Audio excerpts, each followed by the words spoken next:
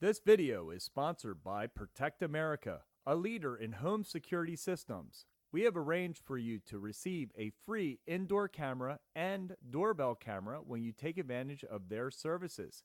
Keep your family safe and check out their website using the special link on the screen or in the description box. Welcome to the Max Impact Theory podcast. I am Tim Rosanelli, your host, here with Justin Olivieri. Hey, yo. And we have a great podcast. So, Justin, let's start with our openers today. All right. So, I noticed both of us wear sweatpants this morning. Yeah. So, you know, I wear sweatpants way too getting often. a little cooler out. Sweatpants in the studio day. Are you a hot or cold person? Like, do you like it hot outside or cold outside? I'm definitely more of a cold person. Yeah. Because when it gets hot out, I actually go and heat stress myself. In other words, I actually go out when it's really hot and try to do stuff just to get used to it. But I still always feel a lot more comfortable like when it's cold. Well, you got light skin, so you probably got to worry about sunburn and stuff. Yeah, that's another thing, is I spend a lot of time in the shade. I handle the heat like a desert animal. I am brilliant in the heat. Yeah, right. Yeah. You sweat at 65. Every single time you say that, it started at 70. Because that's what I say. I started sweating at 70, but then it went to 68, then to 60. Now it's down to 65. I just keep on Pretty testing soon it's you. going to be, I'm going to start sweating at 32. Yeah, I just keep on testing you at the dojo. I'll be like, the air conditioner doesn't work. So I'll just, and I'll turn it off on you and see if, when you start sweating. But we have a non, what's that word called? What's it called? Hostile work environment. A non-hostile work environment. Well, there's a little messing around behind the scenes, I think. You got to have fun. I have to say, when I feel like we wear sweatpants way too often. Like I actually start thinking to myself, I've been wearing sweatpants for weeks. I'm a professional, and I actually start wearing jeans every once in a while. You'll see me all of a sudden, right now, you'll see me wearing sweatpants for a few weeks, and all of a sudden you'll start seeing me wear pants or jeans, because I actually start feeling guilty about not wearing regular clothes so much. So I feel like I can bat for the hot people that like it cold out better. So why don't you cover the benefits of it being hot outside? Make your case. Okay. Well, if you look at those countries like Okinawa, where people live really long. Yeah. And the weather's almost perfect there. It's kind of like Hawaii, where all year round you have it's between 60 and 80 all the time. And they don't have extreme on either side. They don't have it hot in the summer, really hot in the summer, really cold in the winter. I don't think they have massive humidity either like we have. And those people live really long. So I'm just wondering if not having a lot of cold stress actually makes people live longer. I know there's a big thing about what they eat and those kind of things, but I think that it might also have to do with just being a really easy environment to live in. Yeah. Well, we live in Pennsylvania, where it's to Florida, we're like Antarctica, and the people that live in Maine, we're like Florida. Yeah. We got the hot, really hot summers, so and humid. I have a new neighbor, and he's from Florida. He's like, "Oh yeah, this is nothing. This is this is nothing compared to Florida." It's like, yeah, I know. And then wintertime, he won't even come outside. Yeah. Well, that's I've not seen him in 2 weeks. Well, he probably thinks the summers are nothing around here, Yeah. but our winters are probably terrible for him because it does get chilly. But compared to Alaska, we're nothing like Alaska. Yeah. So what would you consider cold? I think it starts getting cold under 40. Okay. Under 40 is kind of it's in the 30s, starting to get cold out. Yeah. I can work outside fine, Yeah. above 40. Under 40, you kind of need gloves on because your hands are going to start getting, unless you're moving. Yeah. But I like this kind of weather where it's during the day you could come out with pants, some kind of pants and t-shirt. Yeah. When nighttime it's kind of like sweater kind of weather. that you just get a sweater or something on. Jeans and a t-shirt because it's high, or I guess it's mid 60s. Yeah, it's like mid 60s, and then at night down. It drops down to like high 50s or something. Yeah, that's like my favorite kind of weather. Fall is my favorite time of year because it's just cool enough where you don't break a sweat unless you're working outside. Yeah. I even like when it's really cold. I find when it's really cold, but if the sun is out and, even if it's like in the teens or something, the sun is out, you can go outside and it doesn't feel, as long as it's not windy, it doesn't feel bad. I really like that weather too. So your argument is longevity of life. Yeah, I guess. Well, yeah, I guess that's what I'm saying. All right, so to live. I got two arguments. One is my feeling is you can always put layers on, but you can only take so many layers off, especially in public. Yeah, you definitely want to be careful in public. Yeah. So I mean, you have pools and stuff, but I like it. A cold pool. I'll go over my uncle's pool. He has like a big in-ground pool. Yeah. And I go in there and I was like, this water's like bath water. Everybody's like, it's great, isn't it? I was like, no, I'm really hot. I want to get cooled off. I'm sweating in the water. Like I can feel myself. That's how bad the pool is. I can feel like cold sweat pouring out of my body, and it's a weird feeling. Maybe I would like the hot weather better if I had more friends with pools. I don't know. I'm gonna have to go. Maybe go out and get more friends with pools, because then maybe if I was in the pool all the time, I'd be fine. But when we get into that hot, humid weather, there's nothing sparing you. Yeah. Now my other point is like Icelandic countries like Sweden, Finland, Okay, so Norway. this is the cold theory. Yeah, Norway. They are all like most of like those countries have more strongest man in the world titles than any other country. So all the Ironmen come from the Icelandic countries. Most of them, yeah. There's Brian Shaw. He's won a couple times. He's American, but he's a huge dude. He's like almost 7 foot. His competition weight's like 370. Yeah, like he's just a big man. But you have a bunch of strongmen out there, and there's actually like an Icelandic gene, where I forget what the chemical is, but the chemical that everybody has keeps you from growing more muscle than your frame should have. Like you can have more, and it's not like too bad for you. But most of the world's strongest men have this gene. The top tier ones. Yeah, I know Eddie Hall has it. This is how I found out about it. So he did genetic testing and stuff, and it most of it comes from like Viking, Icelandic, area. It's like a gene. It's what do you call it? Not a deformity, but mutation. Yeah, it's a mutation. So there's this chemical, and Eddie Hall has like half of what a normal person has. So his body can put on more muscle than a normal person could. Like, how bodybuilders and strongmen, they reach their peak. They can only ever grow so much muscle. Yeah, without hormones. Yeah, or steroids or something. So there's always a cap for them. People are always trying to find a way around it, and there's that gene. You ever see like I think they're Belgian blue cows or something like that, where they look like, you've seen pictures of them. Everybody thought they look like they're jacked up. Everybody thought it was like Photoshop. So it's like muscle on top of muscle on top of muscle.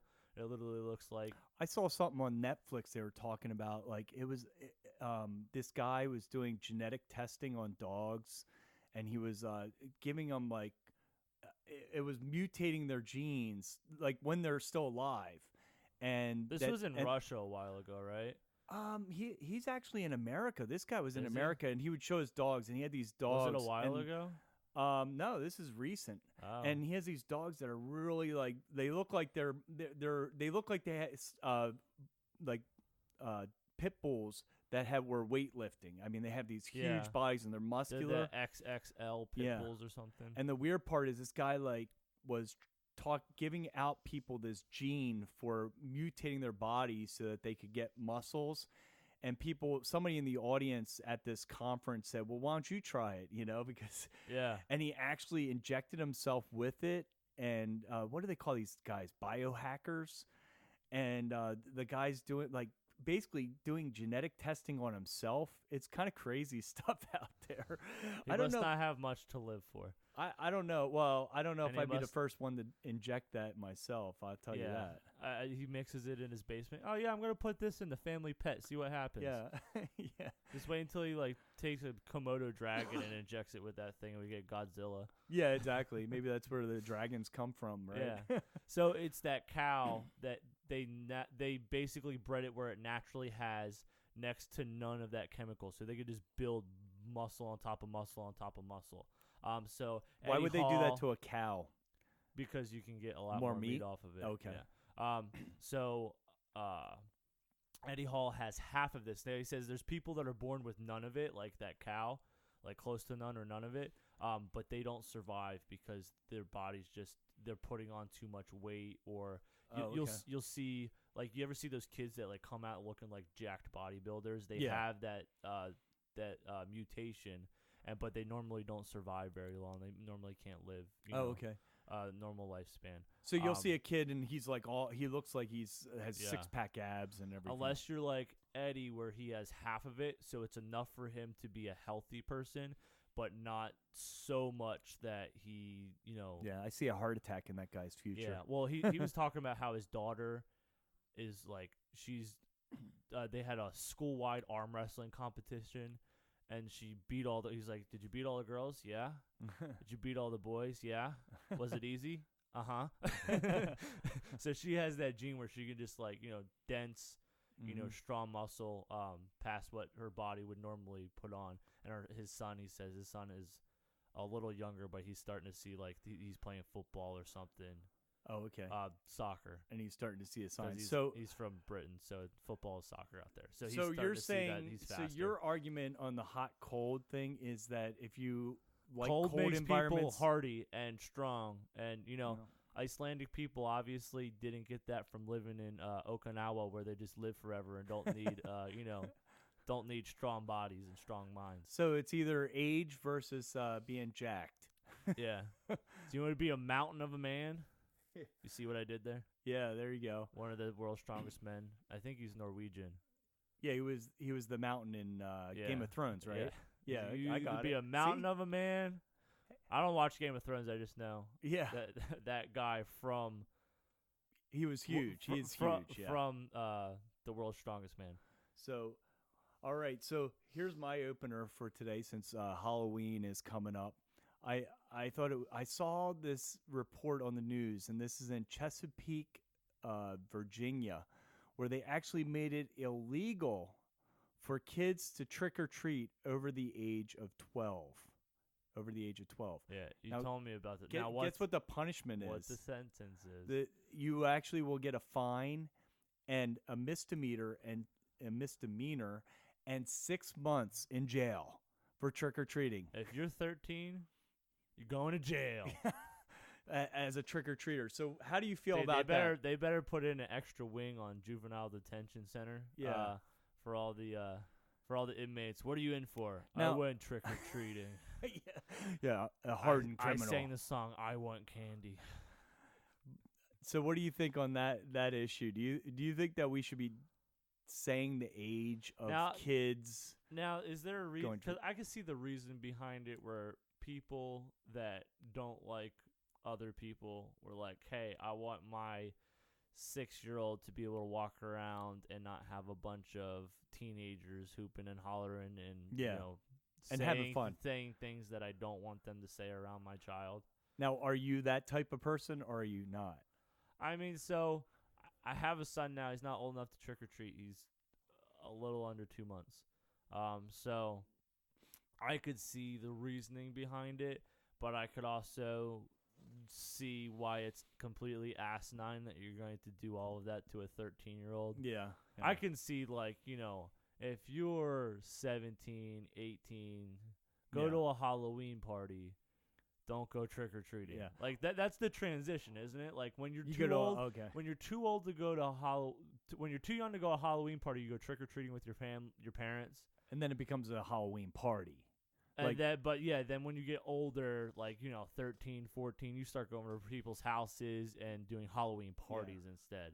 So I guess my question is should because I find that kids naturally in time, if you ever look at the teenagers going around, they probably just want to get candy, and I don't think they don't usually dress up very much. And I think most kids by that age, by the time they get to 13, 14, 15, they're like, I don't want to, dress up anymore. Now there's a lady, because last year was the first year of Halloween for us, and there was this lady. She had 2 little kids, but I think they were her grandkids because she was older. And she was, like, acting kind of weird. She's, like, hooping and hollering and, like, she was a witch. So she was really playing the part, getting in people's faces and stuff. Uh-huh. So this is weird. Wait, this was somebody that came to your door. Yeah. It's not at her house. Okay. And Oliver did not like her, so I had to hold her back. He was getting ready to take a chunk out of her. I didn't blame him. He's like, I'm just protecting the house from this witch. But... She had her. He thought she was a real witch. She had her 5, 6-year-olds come up and get candy, and then she came up with her pillowcase and stood there and smiled at us for saying, candy. Candy? So candy? And Christine's like, yeah, sure. So she hands out the thing. The lady takes a handful, shoves it in her pillowcase, and then walks off. So like, it's not like we told her grandkids like a couple seconds before, like just one piece. Yeah.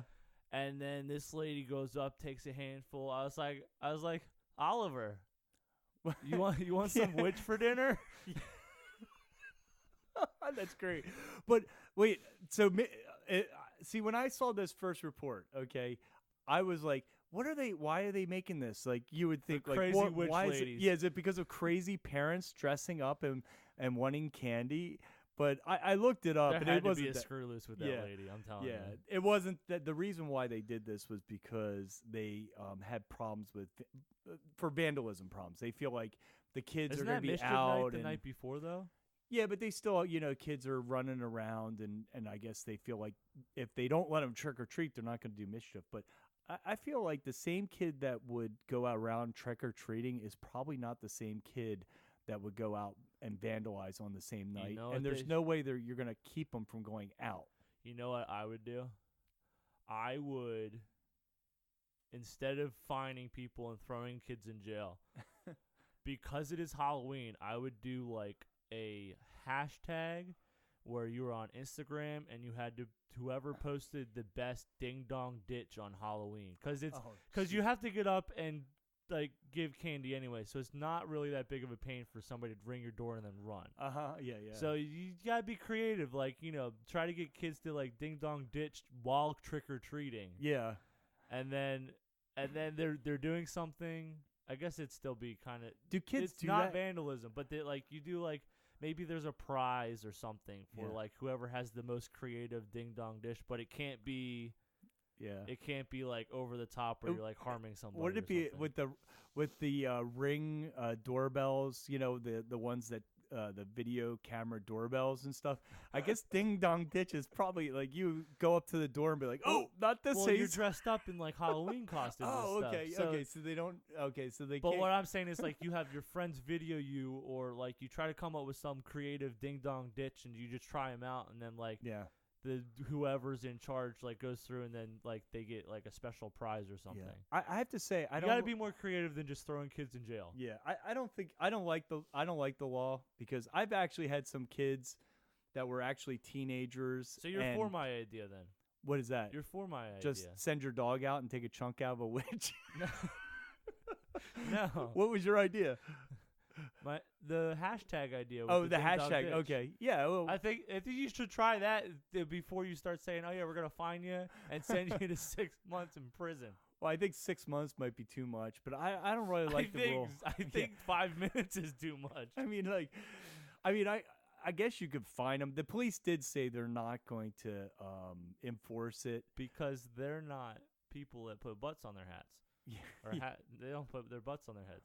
But I do think I've seen some of the most creative costumes that have made me laugh have been teenagers. I had one kid come up, and he was actually a refrigerator.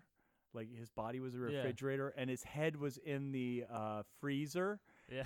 and it looked like a bloody head in the freezer, and then he actually had us put the candy in the freezer with his head. Well, I remember the one kid, they were a toilet, and then they from inside they could lift the lid and you throw candy in the toilet bowl. So I've seen some really that creative. Was somebody at the dojo. Yeah, but I think he was like probably 13 at that point. I mean, he was older. older. Yeah, he was a little older. He wasn't like, oh, you shouldn't be trick. He was also a small kid, so he could probably get away with it. Yeah, but so I don't think we should be deciding on the age. I could start seeing 16, maybe 16, maybe 17. But the thing is before then, like, kids just weren't interested in trick or treating, or they felt like they were too old themselves. Yeah, and then they would just hang out, and it turned into like a Halloween party. I think the only thing that I would say about trick or treating is I don't like when the teens come way too late. Like it's like 10 o'clock, and all of a sudden you get a doorbell ring. You're like, whoa, this is a little too late. I never trick or treated as a kid. So what are the times? PSA for all of you kids out there. Yeah. Times. Our older students. I heard on the news, I think it's 6 to 8. 6 to 8. I think it's that. the time. I don't know. Maybe if you have a couple stragglers after 8. Now I also understand that, like, hearing friends and stuff talk, the kids go out early. Mm-hmm. Like, basically, the younger your kid is, the earlier you should take them out. Yeah. Because towards the end, it's kind of the older kids, and if you don't want your little kid around the older kids or whatever, you take them out early because the teenagers don't normally come out that early. Yeah. It kind of daylight savings actually kind of messed everything up because it used to be before Halloween, which meant that by the time you went out at 6 o'clock, it was totally dark. Now we have daylight savings in the beginning of November. Yeah. Which makes it so that when you go out trick-or-treating, it's still a little light. It's like dusk when the kids are out there. Doesn't that make it safer, though? It probably makes it safer. Just so there's some light. You don't have little kids. I mean, obviously, if you're driving on Halloween, you're looking out for costumes, and it's probably good to have lights on your kids' costumes. I just remember it was pitch dark when we used to go out. Yeah, besides the street lights. Yeah. Well, should we get to the... Yeah, let's get into the food pyramid. Witches are not on the menu. Yeah. Sorry, Oliver. So... I wonder if that lady's going to... before we go on, I wonder if she's going to show up again this year, what she's going to be. Yeah. What do you think she'll be this year? Probably a witch again. She probably wears that to work every morning. Oh, you think it's just... Yeah. She probably goes to the local apothecary center and, whips up some witch's brew or whatever. I don't know. She's creepy. I have for a my feeling dog to not like her, and my dog likes everybody. Her witch's brew is probably a Cosmopolitan or a shot of vodka or something. A little too many potions. Yeah, there you go. So, food pyramid. The title of my notes is Food Pyramid Scheme. Yeah. Because the cartel. The cartel of food. So in 1977, the cause of heart disease was labeled as saturated fat. Yeah. And a little later, the government... The high carb industry was invented at that point. Well, in the 50s, it was kind of like everything was about convenience. So it was like ready-to-eat meals and stuff like that. And, ready-to-eat meals are nowhere near as nutritious or healthy for you as, prepared meal. Like meals you prepare for yourself in your home. So a little later, the government adopted the guidelines that the AHA, the American Heart Association, that they recommended because the heart health craze of President Eisenhower having a heart attack in 1955. Everybody's like, okay, this is serious. Heart health. It was the thing to talk about. Yeah. Guy probably drank too much or something. Oh, wait, let's blame it on something else. Well, in the early 50s is when they started doing the ready-to-eat meals and stuff. Yeah. So it's just a lot of junk out there. Yeah. Now, taking care of yourself and having a healthy heart is a good thing, but the problem with the diet guidelines is they were all off the food pyramid, and the food pyramid was basically made off of false pretenses. Now the new food pyramid is called My Plate, which is just the updated version for the hip new generation or whatever. It's basically the same thing. So in 1977, the average male weighed 170 pounds, and the average female weighed 145 pounds. Okay, the average. Okay, and Yeah. what was the? Did you say what the average height was? No. So now it's 197 for males and 170 for females, and that's a 30-pound difference in just 40 years. Now people would be like, "Oh, well, we're taller now," but we're only on average an inch taller than we were in 1977. Okay, what is the average height? Did you get that? The average height for men is 5'9" now, and it was 5'8" before. And it was 5'8" before, and the average height for women was, I don't remember. Because I'm just trying to kind of see where I I'm think it at was in this pyramid. 5'3", and now it's 5'4" or something. But they both are an inch taller now. Like the general population, the average is an inch taller. So we are an inch taller, but we're also, the average is 30 pounds more heavier in just 40 years. Which a generation is considered like 30 years, so it's like a generation and a little bit. Yeah. Can you say processed food? Yeah, pretty much. Now, you can also just use the eye test to see that our kids are also, on an average, being heavier. Especially weekend, seeing kids all the time. Oh, yeah. You always have those skinny kids that are always active. Their parents have them eat right and stuff like that. I mean, I've noticed. I've been teaching the martial arts for almost 25 years, and you saw kids. And I've seen huge differences in the fitness level and the physiques and things of kids from the years. It is the exercise aspect of it, and that's not just me getting old and looking back and thinking it was better. I can tell you, it's definitely different now. And that could be the exercise aspect on top of what the food problem is. But when I was a kid, this food problem was way on its way. Yeah. Now, not only is our weight going up, but our type 2 diabetes is drastically changed. In 1977, type 2 diabetes in America was 2%. Yeah. And then 40 years later, it's now 9%. That's a huge difference. Of the population. Yeah. Now, to put that in perspective, that's 5 million people in 1977. And now, today, it's over 30 million people. So it went from 5 million to 30 million people in the course of 40 years. That's a huge difference. It is. It's well, if you think about it, that's over 3 times the amount. Yeah. It went from 2% to 9%, right?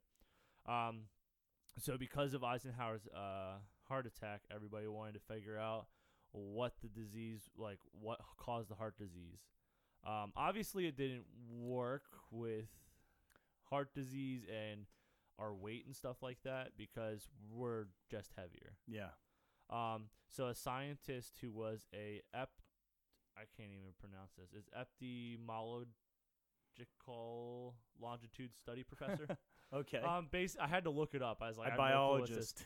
So basically, he was a nutritionist. He was a professor at Minnesota. But basically, it means he observed and experimented with the how people and society reacts to situations. AKA observing nature take its course or inputting your own experiments and seeing what happens.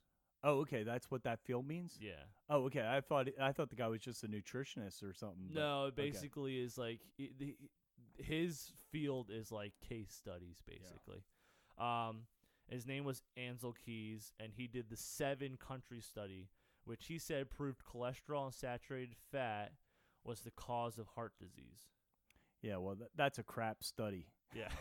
Because as soon as I hear a correlation study, I just it brings out my science side of my education. Yeah. And I just automatically think crap. Well, because you have a degree in environmental science, right? Yes. Yeah. Biology, environmental science. And it just does not fit the standards that I would consider a scientific study. Yeah. Because when you're talking about a correlation study, you can almost correlate anything. And it doesn't mean that that it's causal. Yeah. In other words, you can do a correlation study, but it doesn't mean that those two things are the things that are causing each other. Yeah. In this case, and I know about this study, and the reason why I say it's crap is there's many problems with it. In fact, he cherry picked it, and then he also things like he would group China people all together when geographically they ate totally different things. And he didn't account for that difference. You don't really know if the food was the cause of the difference that he was saying in different societies. Yeah. It's not a very good study. The study seemed like he called people up, say, hey, what's your heart attack death rate and how much fat do you eat? Now Ansel was on the board of the AHA, which is the American Heart Association, and it was endorsed by them as, the cause of heart disease. And then later on, the government talked to them, and the government adopted that as the cause as well, and then did dietary guidelines based on that. Based by that. Now, the 7-country study, like you said, was cherry-picked, and they had cherry-picked data. So the 7 countries from least fat consumption and heart disease prone to most fat consumption and heart disease prone was Japan being the lowest, then Italy, the UK, Canada, Australia, and then the United States. Yeah. Now, on top of it being a correlation study in crap science, whether people didn't know or they just wanted to ignore that fact, they could have at least looked at the data and known that it was a bad study. Yeah, but it's got a really pretty chart. Yeah, it's got a nice curve to it. It's beautiful. That's what people like to do. If you have crap data, you plot it on a really pretty chart, and that really influences the way people think about that data. Yeah. But it's very easy to manipulate charts like that to suit your own, agenda or situation. And speaking of manipulation, he didn't just cherry pick the data for those 7 countries. He cherry picked the countries of the data that he chose, because he had full data on 22 countries. Yeah.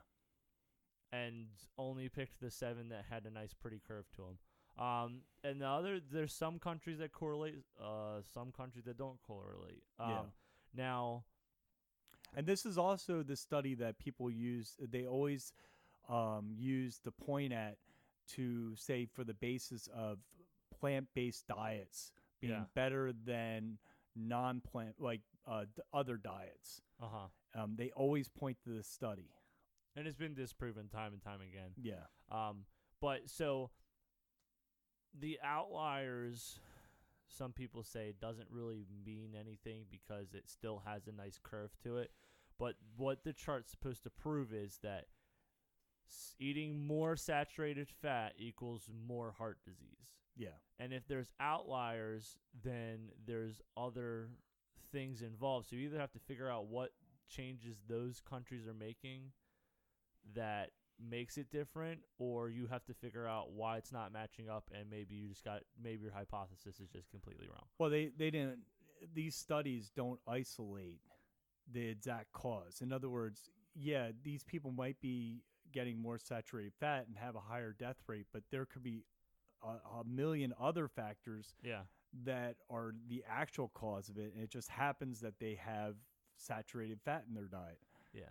So most of the countries don't exactly match up, which is okay with, the more fat you eat, the more heart attacks. It doesn't go up steadily, but it is kind of like, oh yeah, I kind of see it.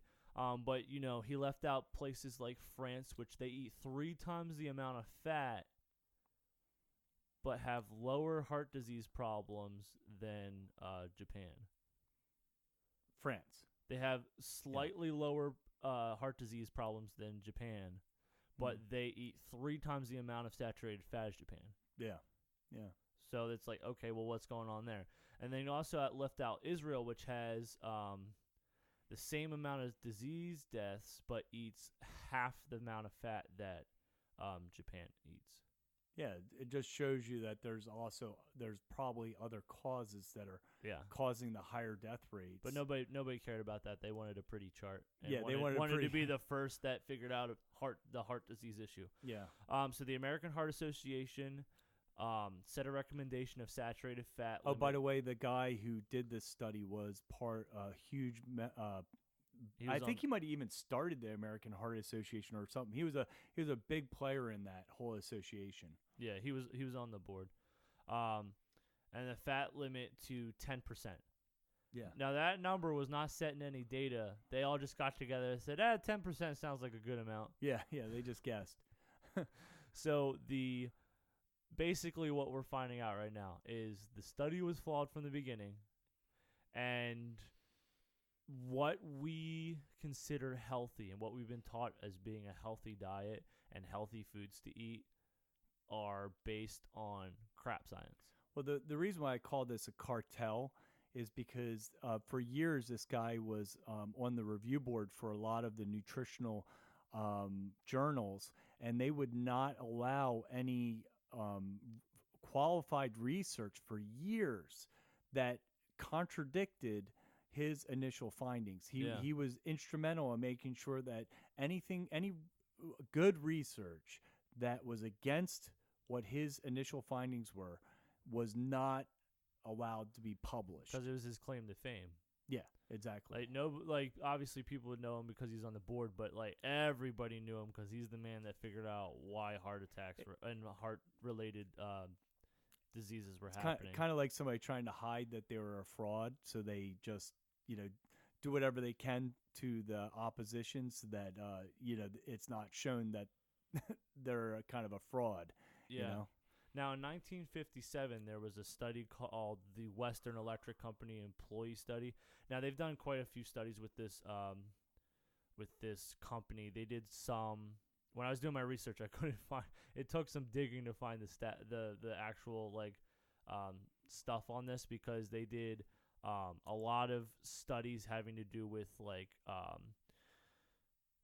basically, they'd still teach it in business school where you do this for your employees and you get this out of them, and basically what makes employees work better and safer and faster, and the social aspects and how much effect managers have on people. So they did a lot of stuff with these guys, but this one is about they studied. The study that they did showed that there was no difference in heart attack rate between those who ate saturated fat or a lot of saturated fat and those who did not eat a lot of saturated fat. And then another study in 1981, which was a longer version of the original study at the same company, just proved that the first study, was correct. So not saying that that study could be 100% correct. Maybe they made mistakes. Maybe they came to a wrong conclusion. But it's the first signs that something was wrong. Exactly. That should at least be a reason for people to be. Well, this happened in 57, so this happened 20 years before, and so Oh, so they were ignoring initial data. And then they did another one in 81, so it was 77, 81. So they did one a longer version study later, after the 7-country study. Yeah.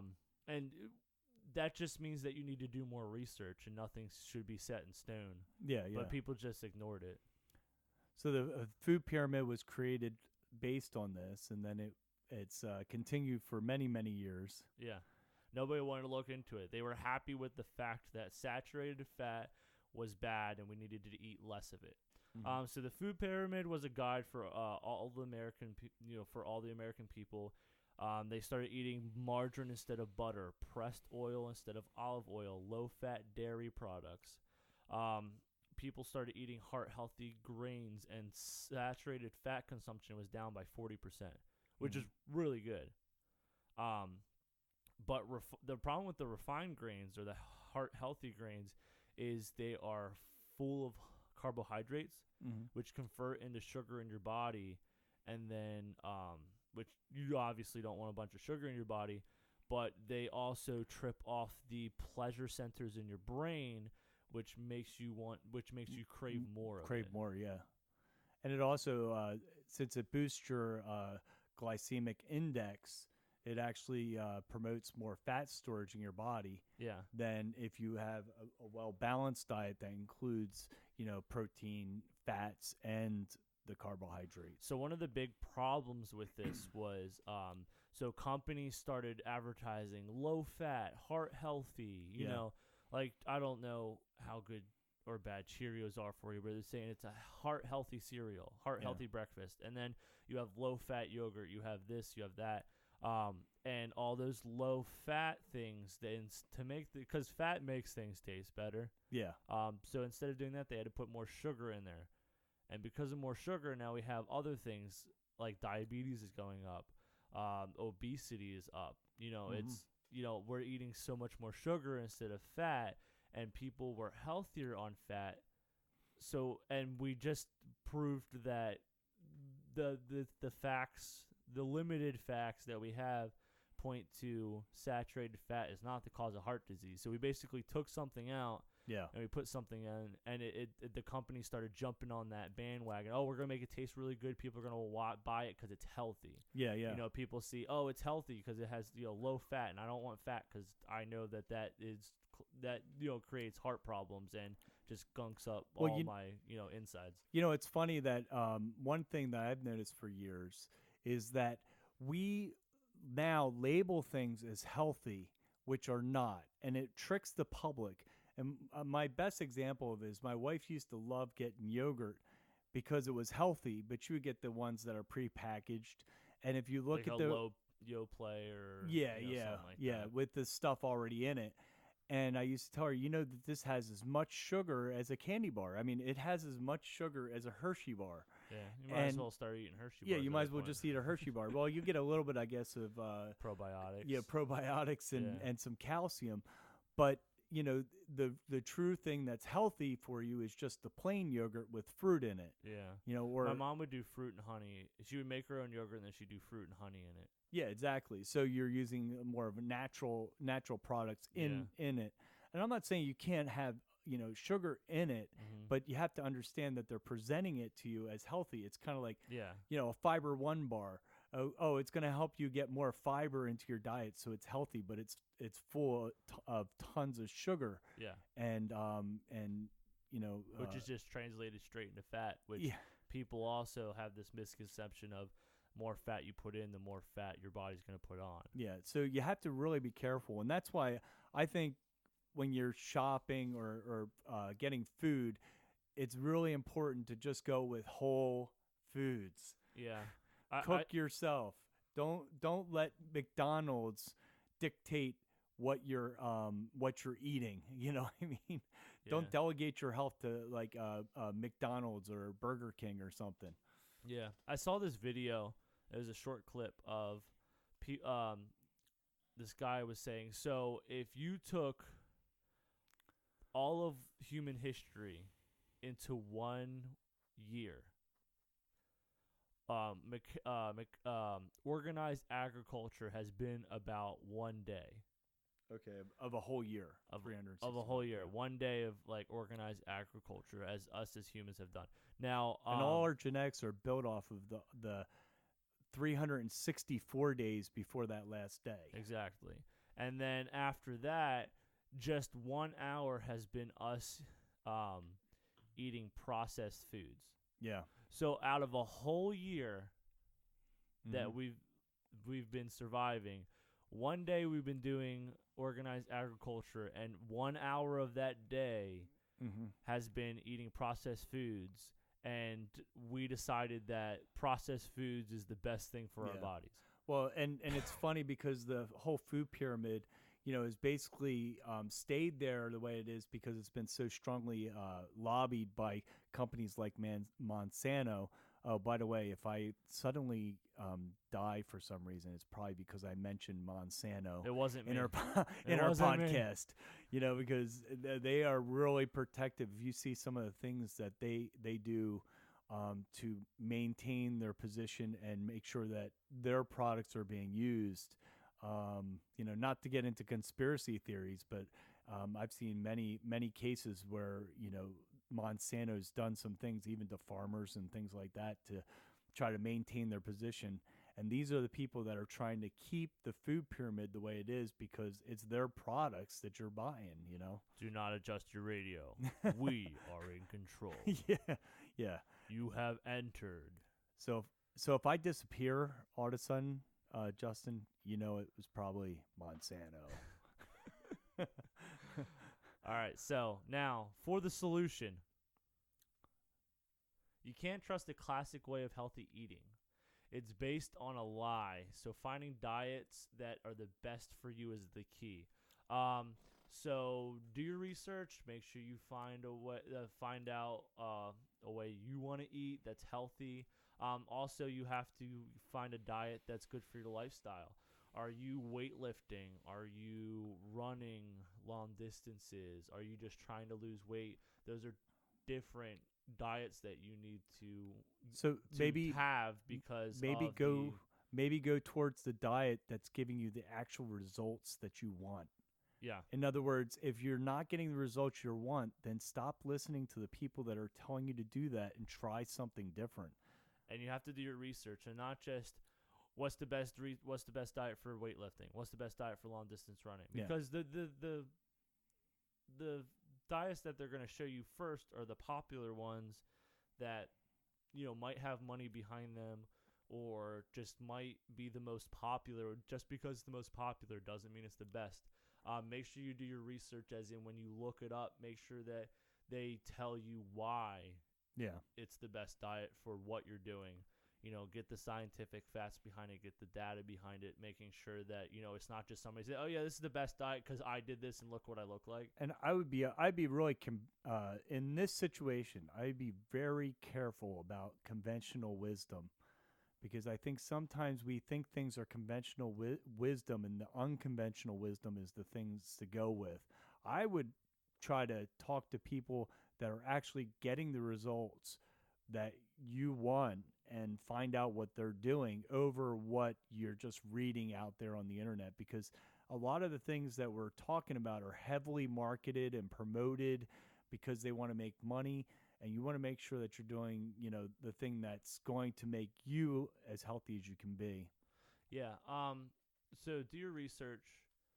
We also have a podcast. It's episode 4, which is the Kill All Things Day, that's the name of it, podcast, where we go over a bunch of diets that you've done, and we talk about the pros and cons of them and, you know, how they made you feel and what your opinion on them are. And that's the other thing. You can also experiment with your diet. Yeah. You know, try different things out. Oh, that sounds like a good idea. And then you learn from things like that. Like, oh, my body doesn't do well on a high fish diet because, like, the oils just mess with my stomach. Or, oh, red meat kind of gives me, like, my dad gets a lot of gout when he, like, eats a lot of red meat. So he has to kind of stay away from eating a lot of it. Well, that's good. That's good feedback, and that's what you know you should be doing. So don't just try it out and be, oh, I didn't like that one. Just try to figure out, like, you know, oh, this is a high fish diet. Let me try a different one. Oh, I feel better because I'm not on a lot of fish, or I'm not a lot on a red meat or something. Yeah, and try to isolate things. Yeah, so I tried to find some overviews of diets that we didn't go over in our podcast. I know you mentioned in that podcast that you've never done a Mediterranean diet. So I have a Mediterranean diet and a keto diet. So basically, Mediterranean diet is primarily plant-based foods. So fruits, vegetables, nuts, beans, whole grains. They use olive oil and canola oil instead of butter. I know we just talked about the saturated fat, but you know you kind of have to figure it out because not everybody's good on saturated fat.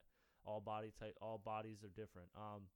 You eat a lot of fish and poultry instead of red meat, and then you also have a moderate amount of wine, which I know some people out there will really appreciate that. Can you replace the wine with beer? I think you can now. Actually. On the Mediterranean diet, I don't know. Maybe if it's made with whole grains, who knows? So your breakfast would look something like yogurt and berries. For lunch, you'd have something like sweet potato. Plain yogurt, right? Yeah, plain yogurt. Sweet potato and lentil curry with fish and a side of olive oil with whole grain bread.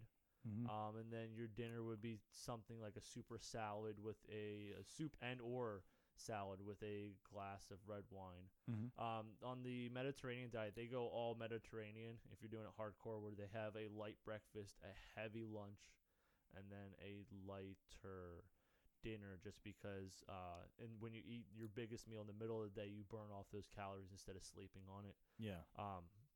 So also you have the low carb, high fat diet, which is kind of like a keto diet. So you'll eat red and white meat, vegetables that only grow above the ground, so no potatoes or anything like that. You use natural fats like butter, olive oil, etc. You're going to avoid starchy foods, sugar, foods like pasta, beans, rice, potatoes, stuff like that. Your breakfast would start off with bacon and eggs. Your lunch could be like hamburger patties with creamy tomato sauce over fried cabbage for lunch. And then for dinner, you could have like turkey with cream cheese sauce for dinner or something like that. Yeah. So if any of those things sound good, just look them up. You know, I think another thing too, just another kind of tip is don't always just think about the things you're eating. Think about how you're eating them. You know, this is kind of a diet from the old days, is that they used to always eat a lot in the morning, and then what was it? The saying was, eat like a king for breakfast and a pauper for dinner. In other words, you eat a whole lot of stuff. If you're gonna anything that you're gonna eat, eat in the morning, and then have kind of a pretty decent lunch. But by the time you get to dinner, you're not eating a lot. Yeah. You just eat a real light dinner. Because you don't need to store up energy until the next morning. Yeah, you're exactly. just going to sleep. You're not expending energy. So don't only think about what you're eating, but also think about how much you're eating in one sitting.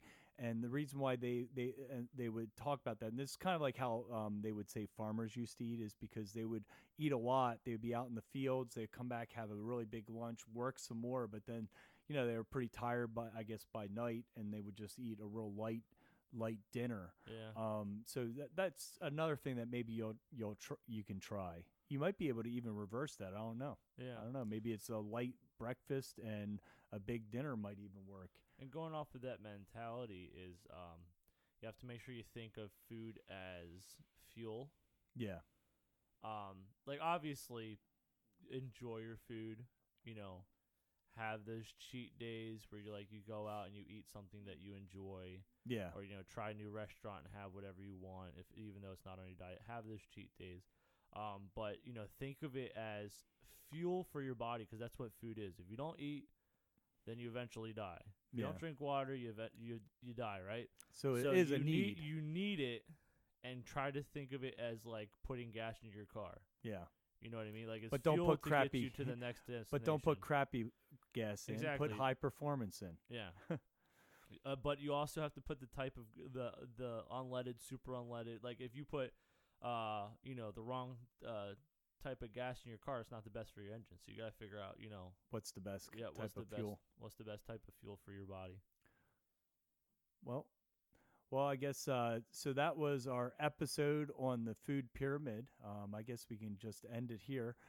So guys, if you're interested in giving us ideas, make sure you email us at thetheory@maximpactkarate.com. We're always looking for sponsors too. So if you are interested in sponsoring our video, you can send us a message there too.